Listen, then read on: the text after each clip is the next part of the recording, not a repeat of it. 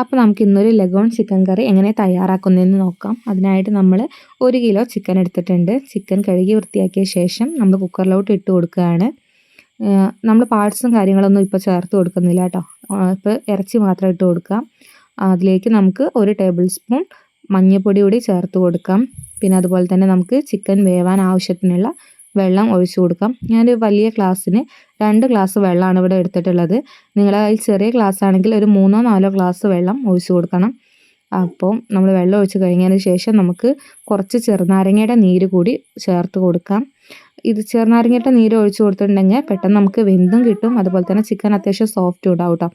അപ്പോൾ നമുക്ക് ഇനി ഇത് അടച്ച് വെച്ച് വേവിക്കാം. ഒരു 3-4 വിസിൽ വന്നാൽ മതി. അത് കഴിഞ്ഞതിന് ശേഷം ഗ്യാസ് ഓഫാക്കിയിടാം.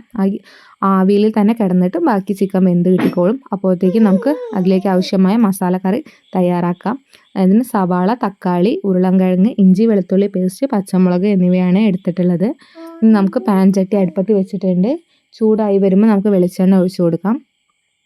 ഇനി നമ്മൾ ഇതിലോട്ട് ഇട്ട് കൊടുക്കുന്നത് പെരിഞ്ജീരകമാണ് കേട്ടോ.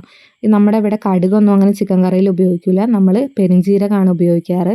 അങ്ങനെ പെരിഞ്ജീരകം ഇട്ട് കൊടുത്തിട്ടുണ്ട്. പെരിഞ്ജീരകം ഒന്ന് പൊട്ടി വരുമ്പോൾ 3-4 പച്ചമുളക് കൂടി ചേർത്ത് കൊടുക്കുന്നുണ്ട്. നിങ്ങളുടെ കയ്യിൽ എരിവുള്ള പച്ചമുളകാണെന്നുണ്ടെങ്കിൽ 2 പച്ചമുളകൊക്കെ ചേർത്താൽ മതിയാവും. അങ്ങനെ പച്ചമുളകും കൂടി ഒന്ന് വഴന്ന് വരുമ്പോൾ നമുക്കിതിലേക്ക് സവാള ഇട്ട് കൊടുക്കാം. നമ്മളിവിടെ ഒരു 2 സവാള എടുത്തിട്ടുണ്ട്. ചെറുതായതുകൊണ്ടാണ് 2 എടുത്തിട്ടുള്ളത്.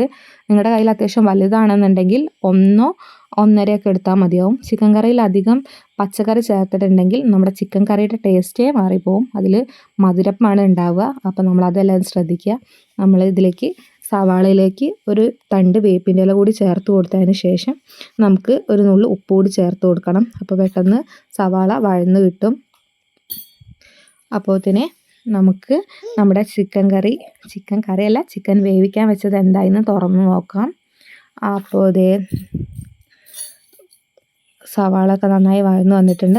ഞാൻ അപ്പുറത്ത് കുക്കർ തുറന്ന് വെച്ചിട്ടുണ്ട് കേട്ടോ. അപ്പോൾ അതേ കുക്കർ തുറന്ന് വന്നപ്പോൾ അതേ ഇങ്ങനെയാണ് ഉള്ളത്.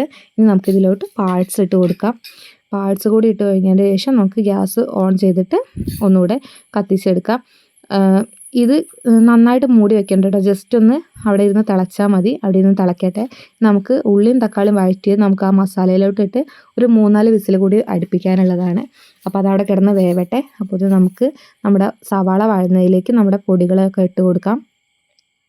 അപ്പോൾ ഇവിടെ ഞാൻ ഇട്ട് കൊടുക്കുന്നത് മല്ലിപ്പൊടി, മുളക് പൊടി, മഞ്ഞൾപ്പൊടി, ഗരം മസാല, കുറച്ച് കുരുമുളക് എന്നിവയാണ് കേട്ടോ. അപ്പോൾ നമ്മൾ ഈ പൊടികളെല്ലാം ഇട്ട് കൊടുത്തതിന് ശേഷം നന്നായിട്ട് ഒന്നുകൂടെ വഴറ്റി കൊടുക്കുക. ഫ്ലെയിം എപ്പോഴും ലോവിലായാൽ ശ്രദ്ധിക്കുക. കാരണം നമ്മൾ പൊടി ഇടുമ്പോൾ പെട്ടെന്ന് കരിയാനുള്ള ചാൻസ് ഉള്ളതാണല്ലോ. അപ്പോൾ നമ്മൾ പൊടികളൊക്കെ ഇട്ട് കൊടുത്തിട്ടുണ്ട്. നമുക്ക് ഇത് നന്നായിട്ടൊന്ന് വഴറ്റിയെടുക്കാം. ഇതേ ഇങ്ങനെയാണ് ഉണ്ടാവുക. ഇനി നമുക്കിതിലേക്ക് ഇഞ്ചി വെളുത്തുള്ളി പേസ്റ്റ് കൂടി ചേർത്ത് കൊടുക്കുന്നുണ്ട്. അതൊന്ന് മൂത്ത് വന്നതിന് ശേഷം നമുക്കിതിലേക്ക് തക്കാളി, അതുപോലെ തന്നെ ഉരുളൻകിഴങ്ങ് എന്നിവ ചേർത്ത് കൊടുക്കാം. 2 തക്കാളി എടുത്തിട്ടുണ്ട്. അതുപോലെ തന്നെ ഒരു മീഡിയം സൈസ് അല്ല, അത്യാവശ്യം വലിപ്പമുള്ള ഉരുളൻകിഴങ്ങാണ് എടുത്തിട്ടുള്ളത്. അപ്പോൾ അതും കൂടി ചേർത്ത് കൊടുത്തിട്ടുണ്ട്. ഇനി നമുക്ക് ഈ തക്കാളി ഒന്ന് നന്നായിട്ട് ഉടങ്ങി കിട്ടട്ടെ. ഉടങ്ങിയതിന് ശേഷം നമുക്ക് നമ്മുടെ ചിക്കൻ കറിയിലോട്ട് നമ്മുടെ ഈ മസാല ചേർത്ത് കൊടുക്കാം. ഇനി നമുക്ക് ഇത് അടച്ചു വെച്ചതിന് ശേഷം ഒരു 3-4 വിസിൽ അടുപ്പിക്കണം കേട്ടോ. ഞാൻ ഉപ്പും കൂടെ ചേർത്തിട്ടുണ്ട്. അതിൽ പറയാൻ വിട്ടുപോയതാണ്. അപ്പോൾ അതേ നമ്മുടെ ചിക്കൻ നന്നായിട്ട് വെന്ത് പച്ചക്കറിയൊക്കെ മിക്സായി വന്നിട്ടുണ്ട്. നമുക്കിതിലേക്ക് പച്ചവേപ്പിൻ്റെ ഇലയാണ് ഇട്ട് കൊടുക്കുന്നത്. നമുക്ക് നമ്മുടെ കറി തയ്യാറായിട്ടുണ്ട്. നമ്മുടെ കപ്പയും കൂട്ടി കഴിക്കാം.